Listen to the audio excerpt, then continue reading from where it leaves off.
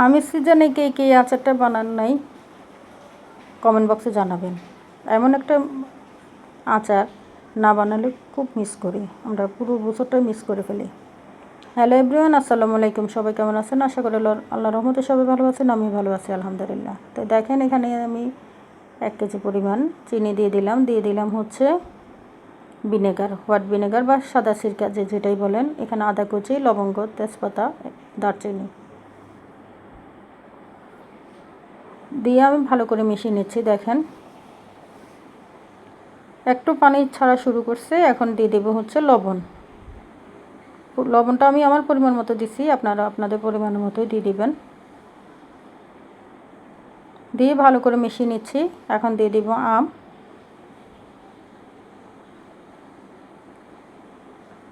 আমটা দেওয়ার পরে আমি একটুখানি লাল মরিচ গুঁড়ো দিয়ে দিচ্ছি। এটা চাইলে স্কিপ করতে পারেন,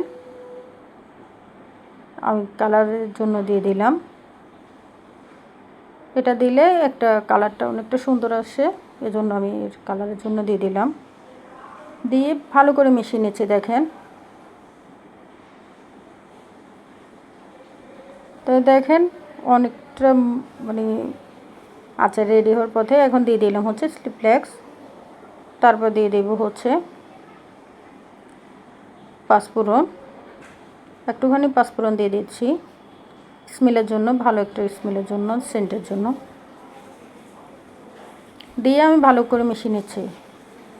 তো আচারটা প্রায় মানে শেষের পথে।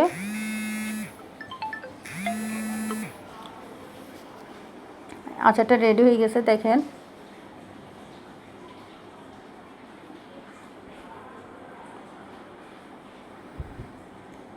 তো এখন আমার আচারটা রেডি হয়ে গেছে। এখন আমি সার্ভিং ডিশে নিয়ে নিচ্ছি, স্টিল একটা বোলে নিয়ে নিচ্ছি, ঠান্ডা হওয়া পর্যন্ত থাকবে।